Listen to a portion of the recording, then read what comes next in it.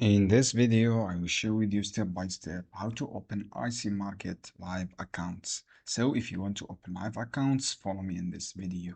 Go to Google, search for IC Market. This is for keyword.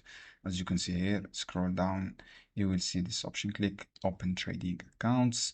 From Trading Account section, as you can see here, scroll down, you will see this page.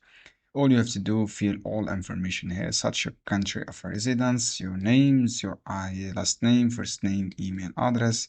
In this case, I want to open my accounts from here. Click continue, write your phone number here in this section. As you can see here, this is for phone number here. When you write your phone number, click continue.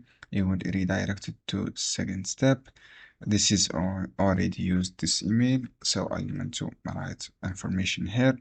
After that, you should be complete all details here, such your address, all details here, birthday, and all details as I say, national ID, and then click continue. Basically, this is how you can do to open accounts. I hope this guide helpful for you. See you on other videos.